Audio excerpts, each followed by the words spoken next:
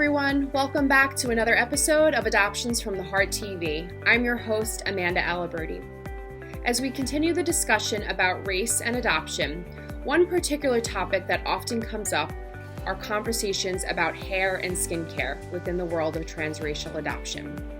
Last week, birth father Samai had talked a lot about how he was really excited to work with white adoptive parents who were just eager to learn and are thirsty for knowledge. So now let's get right to it and let's turn to our panel discussion.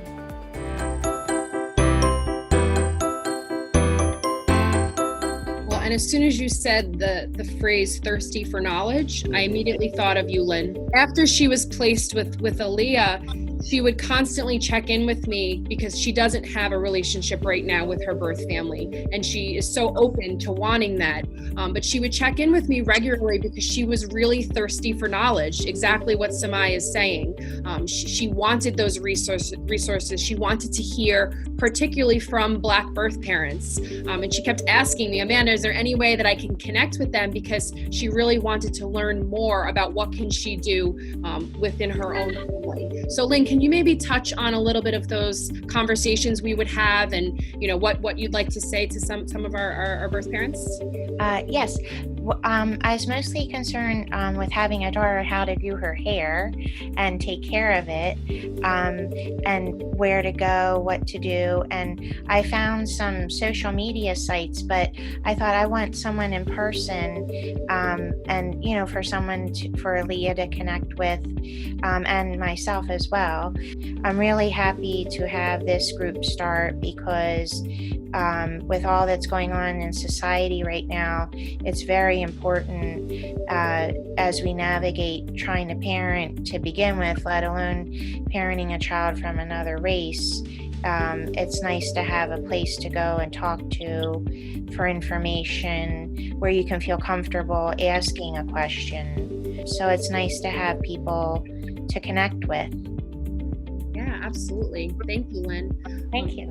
You touched on hair care, and that is a really big conversation within the Black community.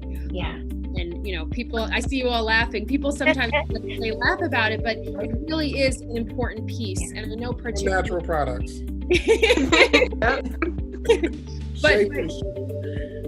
but I mean, for us white folks, sometimes, you know, you don't know, and you take certain things for granted. And I think being able to acknowledge and say, I don't know exactly what products to use or how to braid properly is really important.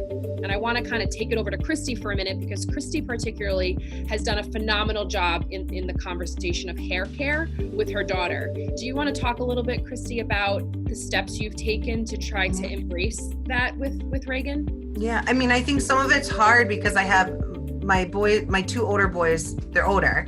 And so part of it was, she was like, well, why am I sitting down for hours and they're not? And I said, so we turned it into like mommy and me time. And so I knew very quickly there was a lot I didn't know instantly. And so I dove into resources. I spoke with her birth mother and birth grandmother. We got some hair products that work on their hair, because again, Black hair is not the same across the board. You have to find what products, what styles, I had no idea what the LOC method was with oil and then water and then conditioner. I now know what works for Reagan's hair, and we've had to try over and over and over again. I know how important parts are. I know how important keeping the kitchen clean is. I had no idea, and I thought somebody looked at my kitchen before they were commenting on my daughter's head. No idea. And so for me, it was, I like her to see her hair as a crown. And we take this time, not because it's a burden. I love spending the time with her. She picks out styles. I cross my fingers and hope it comes out, at least from what she can see in the front, like that style that she's picked on Pinterest. But for her, it's something that she sees. It's never a burden for me to learn or to ask for more questions. I want to learn to take care of her hair.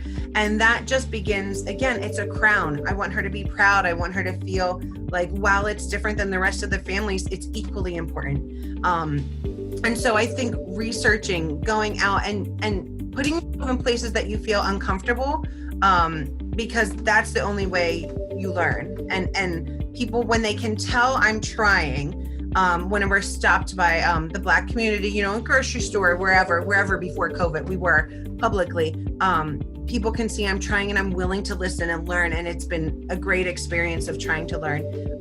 With that said, I know, as Rich had mentioned before, hair care and dolls and books are not enough. It has to go so much deeper than that. But it's a beginning part and probably one of the first pieces that as a white parent of a Black child, you'll notice first. Hair care, skin care, and then kind of diving deeper from there. Asia, do you want to touch on that a little bit? Had you thought at all? I know that you have a boy, but hair care is still important. Have you thought of that topic of whether or not that's something you'll talk to the family about? Okay, so for me, I'm not good with hair at all.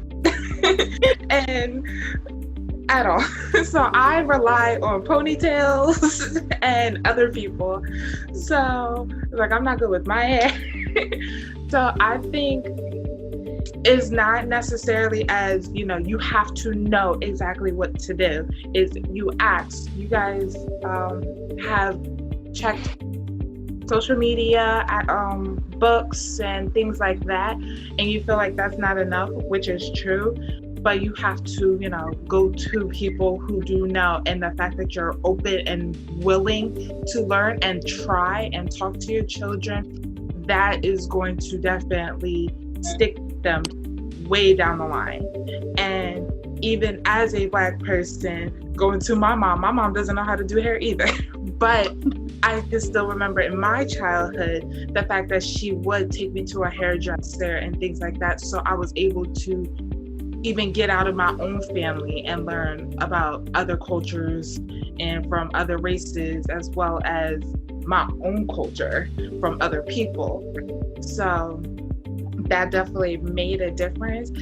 With my son's parents, they are white, so I'm hoping that because he's a boy, they're just gonna cut his hair and they don't have to talk to me about it. But if he does, when he's older, want to let his hair grow, then I'm gonna make sure that I research just as much as they are, so that we can put our knowledge together, as well as everything that I already know what to do. And so when he asks questions or when he wants something in particular, then he's getting both sides of his family and we're able to get exactly what he wants. That's great. It's so refreshing to hear what you're saying, because I think it can be really intimidating sometimes. And for you to say as a beautiful Black woman that you just don't know how to do hair very well is refreshing.